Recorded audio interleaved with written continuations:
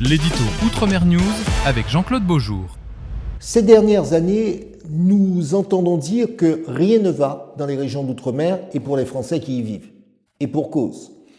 Tout d'abord, la violence a explosé sur fond de narcotrafic.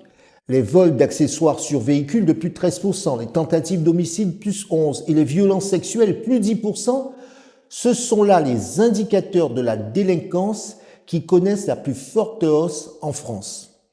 À la mi-année 2025, les autorités recensaient déjà 110 tentatives d'homicide, dont 67 par arme à feu, rien qu'en Guadeloupe, à Saint-Martin et à Saint-Barthélemy, comme le précisait le 3 juin la procureure de la République de Pointe-à-Pitre.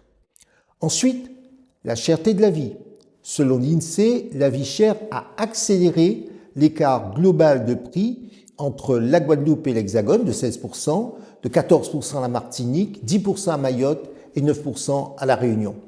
Les vulnérabilités sociales se sont accrues. À Mayotte, par exemple, 77% de la population vit sous le seuil de pauvreté, lorsque ce chiffre est de 53% en Guyane et 42% à la Réunion, contre 14% en moyenne nationale. Sans compter que les territoires sont dévastés par un environnement qui laisse présager le pire. Cyclones, sécheresse, montée du niveau de la mer, sargasses ou encore disparition de la biodiversité. Les territoires d'outre-mer souffrent particulièrement des impacts du changement climatique. Il faut ajouter à ce triste constat que les populations d'outre-mer sont dites vieillissantes. L'Institut d'émission des départements d'outre-mer, filiale de la Banque de France, fait observer dans une étude récente que d'ici à 2050, le vieillissement va par exemple s'amplifier à La Réunion, avec une population senior estimée à plus d'un tiers de la population totale. Le nombre de personnes âgées de plus de 75 ans triplera d'ici à 2050. Il en va de même dans le Pacifique où un Polynésien sur 6 aura plus de 60 ans. Enfin, le chômage n'offre hélas aucune perspective à la jeunesse.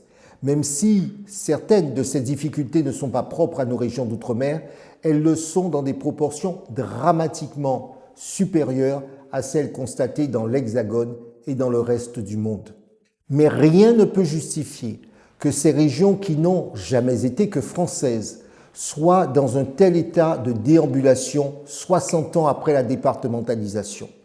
Dans le même temps, nos territoires disposent d'atouts considérables dans des régions en pleine croissance, ce qui explique d'ailleurs que certaines puissances lorgnent sur nos territoires sans pour autant nous vouloir le plus grand bien. Fort de ce que je vois, il me semble qu'est venu le temps de réfléchir ensemble à ce que pourraient être les régions d'outre-mer à l'horizon 2050.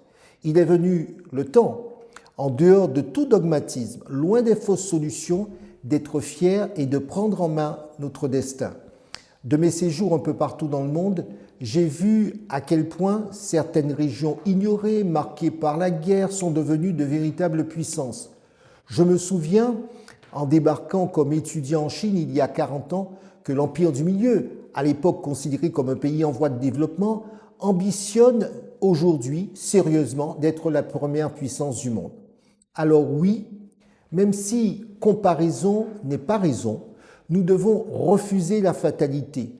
Le tableau noir brossé au début de mon propos qui peut être effacé et laisser place à autre chose, à la condition que nous le voulions et que nous y travaillions ensemble. Fort de mon expérience personnelle, j'ai acquis la conviction que notre salut ne viendra pas des autres, il viendra d'abord et avant tout de nous et de ce que chacun peut s'engager à faire. C'est la somme des actions individuelles dans la détermination qui nous permettra collectivement de bouger. Tous les maux dont souffre notre société ne sont pas immuables et l'on peut s'en débarrasser. Il suffit de le vouloir.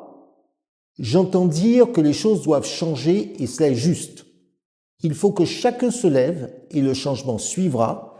Désormais, je vous donne rendez-vous chaque semaine pour explorer les voies et les moyens de ce changement.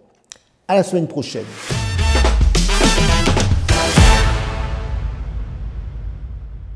Outremernews.fr, le site de l'actualité Outre-mer 24h sur 24 et 7 jours sur 7.